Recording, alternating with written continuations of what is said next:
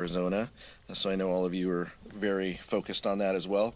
But more importantly, the House Democratic Caucus is so pleased to welcome back to Congress Tom Suozzi after his successful election last night. It's a great day for the country, for the people of New York's 3rd Congressional District, and it's a return to replacing someone in that seat, placing someone in that seat with the dignity to solve problems and to work in a bipartisan way to get things done rather than a sideshow that was George Santos. One less vote for MAGA extreme Republicans to advance their abortion bans, one less vote for their desire to slash Social Security and Medicare, one less vote for them to help billionaires cheat on their taxes. Those are the things that the public knows and are important for House Democrats. His victory was made possible because of the leadership of our DCCC Field General Susan DelBene, Leader Jeffries, and the leadership team. They made smart, strategic decisions and investments down the home stretch that led to success. But this election also shows that the economic agenda is working, and people are beginning to reap the benefit of landmark legislation that we helped pass together and that Tom Suozzi helped pass with us. Because of the leadership of President Biden and Vice President Harris, we have created 14.8 million jobs throughout the country. Inflation is cooling and wages are rising. We know that there's more work to do to ensure that everybody feels in that economic success and that we're building a resilient economy that works for everyone. But we're excited to see this result, and we're excited to see around the country the benefit that those pieces of legislation provide. There's no doubt that we continue to put people over politics. We always have and we always will, and we welcome back Tom Suozzi, who will do just that. With that, I'll introduce the Vice Chair of the House Democratic Caucus, Ted Lieu. Thank you, Chairman Aguilar. This year started off with a series of great economic reports. Consumer sentiment is up, wages are up. We had a blowout jobs report last month, far above expectations. The Dow Jones is above 38,000. If you have a retirement account or an education savings plan, your account is higher now than it was 4 years ago.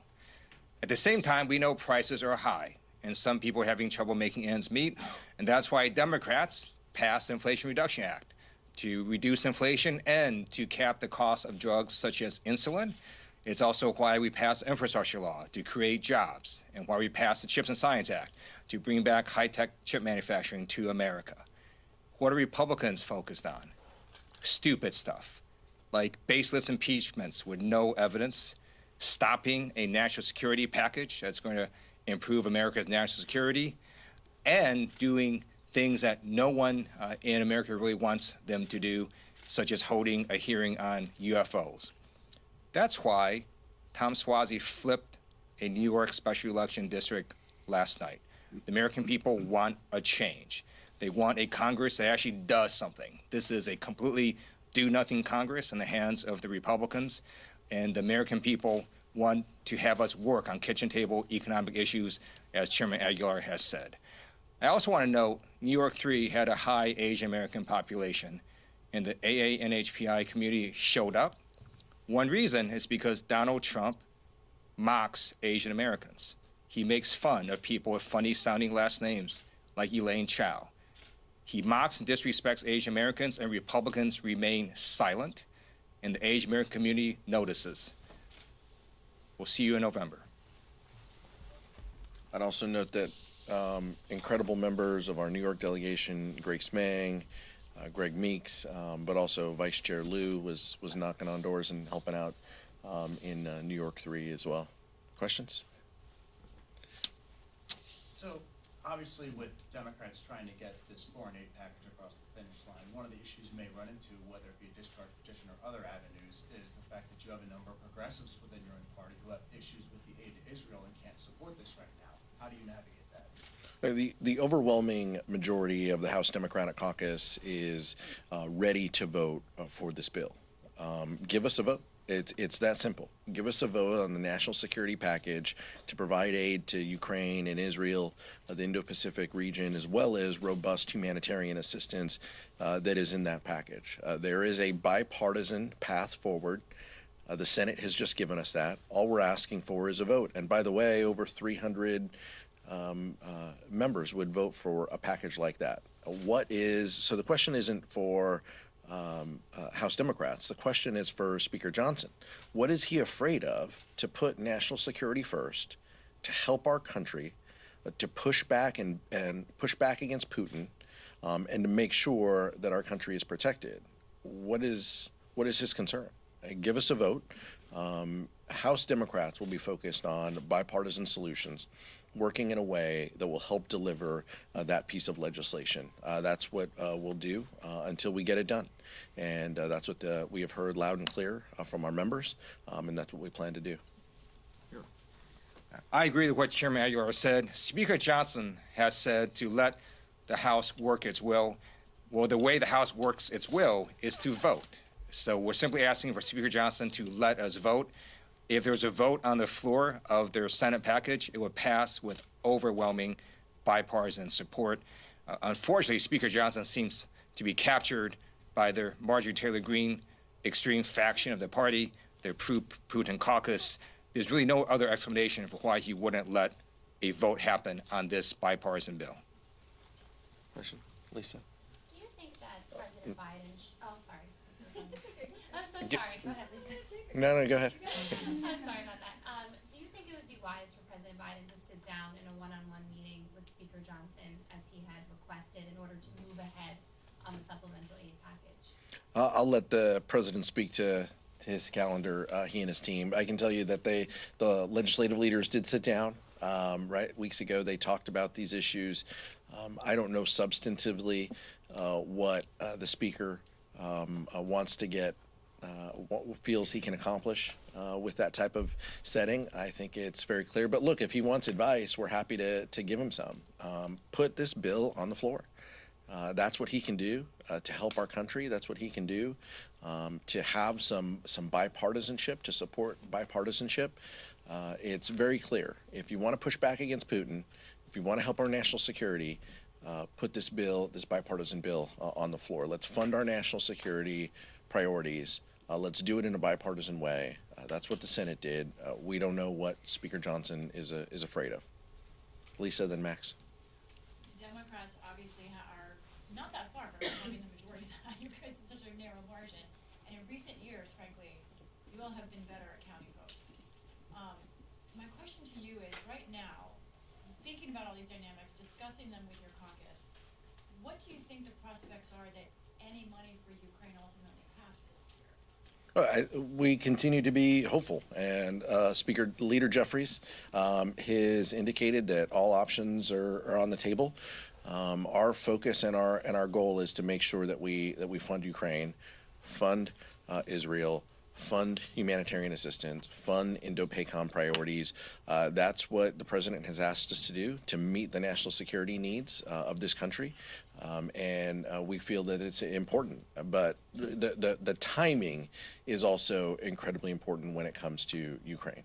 Now, we've all had various briefings. The importance of this moment, we have heard Senator McConnell speak on the Senate floor. We have heard other legislative leaders talk about this importance.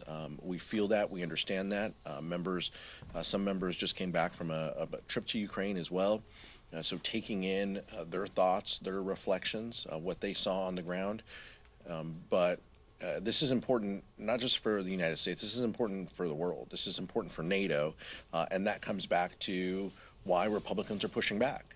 Donald Trump criticizes NATO, and House Republicans carry his water to try to kill this bill and to torpedo this bill. That's what's going on. Let's be very clear about the Ukraine funding specifically. Donald Trump is the leader of their party, and Donald Trump has said not to fund this. And so it's a concern that every American should have when it comes to national security and what exactly the former president's motivations are. But we stand ready and willing to put up votes to get this done. That's what we're focused on. So take the theatrics aside, take the personalities aside. How do we get this done? That's what House Democrats are focused on. Max? On the subject of New York 3, how much of Suozzi's game plan do you think can be replicated nationwide? I think that's a strategy that other candidates should exemplify. And also, is it at all concerning that his message was in many ways not embracing Joe Biden? He was non-committal about his reelection, and he also criticized Democrats for not doing enough or talking enough about the border issue. Yeah, I think we watched the arc of the entire campaign. But no, Tom Suozzi was a key part. He was a vote for a lot of these pieces of legislation, so I think he can talk about it in a very genuine way, like a lot of our members currently can talk about it. The creation of jobs, Inflation Reduction Act, as the Vice Chair mentioned, CHIPS and Science, bipartisan infrastructure bill. He has the ability, one, to connect with voters because he's done this job. He brings local government experience that he had as well, but he also has a track record that he can talk to and point at. So I do think that where that is possible for our colleagues is they go about campaigning on our track record. Of course, we give credit to the administration for their role and the leadership that they played. But a lot of us have voted for these landmark pieces of legislation that have created jobs. And so it's important to also talk about that. Tom Suozzi also has a track record of voting for the Dream and Promise Act and working in a bipartisan way to deliver immigration reform. So I'm not worried about positions that he took or things that he said. I'm confident he's going to be a friend and a colleague on these issues and is going to help us chart a path toward bipartisan success in the future. I think the framing of your question is not correct. Tom Suozzi actually ran on comprehensive immigration reform. He supports that. And he also said he supports a Senate bill. It was the Republicans that tanked that Senate bill on the orders of Donald Trump. The voters of New York 3 noticed. In addition, Tom Suozzi ran on saying he's not going to ban abortion. He's not going to support a national abortion ban. The voters in New York 3 also noticed that as well. And I think those are messages that will resonate in every single district. Speaker Johnson said several times yesterday that one of the reasons he's not put the supplemental on the floor is he wants to focus on the appropriations deadlines that are coming up. As an appropriator, you understand how this process works. Is there anything about this process that would preclude him from putting this bill on the floor? What's your reaction to him saying that one of the reasons he's not in a hurry to put the supplemental on the floor is because he wants to focus on the upcoming appropriations deadline? Look, Democrats also believe in on-the-job training, and that's clearly, where Speaker Johnson is right now. But you have to be able to do two things at once. Nancy Pelosi frequently did 12 things. I understand doing two is hard for him, but that's what the job entails. And so we've got to focus. We have multiple priorities to get done, and that's what we should be focused on. But the Appropriations Committee should be working on. They have their numbers. They should be marking up those bills. We still have ample time on the floor this week and in 2 weeks that we could take up a national security supplemental if the Speaker was truly intent on delivering this, or what we're finding out is he just wants to carry Donald Trump's water. But we have to be able to do multiple things at once here. But he's shown incapable of that. On New York 3 and specifically the immigration piece of that and the way Tom Suozzi messaged on that. Are there lessons that Democrats can take from that going into the fall, or was that election kind of too unique to really draw any lessons from? Well, I think specifically, on the immigration frame, we've read articles. We understand New York has a lot of thoughts on this issue, and I think that that's fair. I think the vice chair is absolutely correct as well. I mean, Tom Suozzi has a rich record of voting and supporting a comprehensive immigration reform. I mentioned the Dream and Promise Act, the Farm Worker Modernization Bill. Those are bipartisan pieces of legislation, and Tom Suozzi talked about this openly. He also talked about the Senate bipartisan bill when it included the border component before. Just a reminder, before Donald Trump exercised his senatorial veto, and got the House and Republican senators to oppose that portion, and they walked away from a bipartisan solution that they themselves negotiated. So I think that's the lesson here is whatever Donald Trump says is where House Republicans are going to land. And so from our perspective, people like Tom Suozzi and members who have a track record on these issues have leaned in and will continue to lean in on being problem solvers, working in a bipartisan way. That's what the public wants us to do. They want us to solve issues of the day, and that means working to find common ground. Leader Jeffries has said we're going to continue to find that common ground wherever we can with our colleagues on the other side of the aisle. That's what we plan to do on national security, and that's what we plan to do on other issues of importance. Questions? Nick? I want to ask about the discharge petition, since you worked on that some years back on immigration. You came up short. This shell discharge petition you guys have now, still has no Republicans on it. Does this say anything about the limits of this particular procedural move? I think that's super insidery, for questions for this room. Thank you for bringing up my failed discharge attempt as well, Nick. I appreciate it. I'll have to seek some more help talking about that. Look, I think it is one tool. Leader Jeffries has said this is one tool that we are considering in order to pass our national security priorities. At the end of the day, the American public is focused on us doing our job. They see the United States Senate working through a process over the weekend in a bipartisan way and voting up or down on a bill, and people having differing viewpoints on both sides of the aisle. That's what they expect. That's what they expect out of their leaders. That's what they should expect out of their House, out of the House of Representatives. I think what's changed, though, to your question is so few people, I think, on the other side of the aisle are willing to tell their leadership no. We had 20 plus members who were willing to sign a discharge petition for a path to citizenship for DACA. That was 6 years ago. The environment's changed a little bit, and it has always been, for the better, to work together. And so finding our Republican colleagues who are committed to funding Ukraine, committed to funding humanitarian aid, committed to funding our closest ally in Israel, that's what we're searching for. And to the extent they want to work with us, we're happy to find a way to work together with them. But that's the importance of the moment is to solve this national security prerogative, and we'll figure out the method and the manner in order to do that. So instead of sort of focusing on the process, I just want to talk a little bit about the substance of what is happening. Vladimir Putin attacked Crimea, and he was victorious. He attacked again. He attacked Georgia, and he was victorious. He then attacked again. If he is victorious in Ukraine, he will attack again. And at that point, it's going to cost the U.S. even more money and potentially risk our men and women in our armed forces. It should not be lost on people that Donald Trump basically said that Russia should invade Europe. I didn't say that. He said that. It's on video. And I can tell you, Vladimir Putin is listening to that. That's why it's so important that we make sure Vladimir Putin is not victorious in Ukraine. And the simplest way to do that is for Speaker Johnson to simply let us vote. Let us vote on this supplemental national security bill. It's going to help America. It's going to prevent future conflicts, and simply give us a vote. Next question. Thank you, sir. The FBI just came out and said that they thwarted an imminent terrorist attack next to FISA.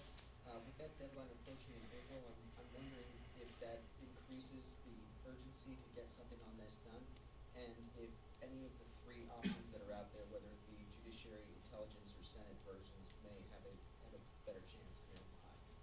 Well, stay tuned. Over the next 48 hours, I expect there to be some discussion in the Rules Committee and on the House floor about reauthorizing FISA.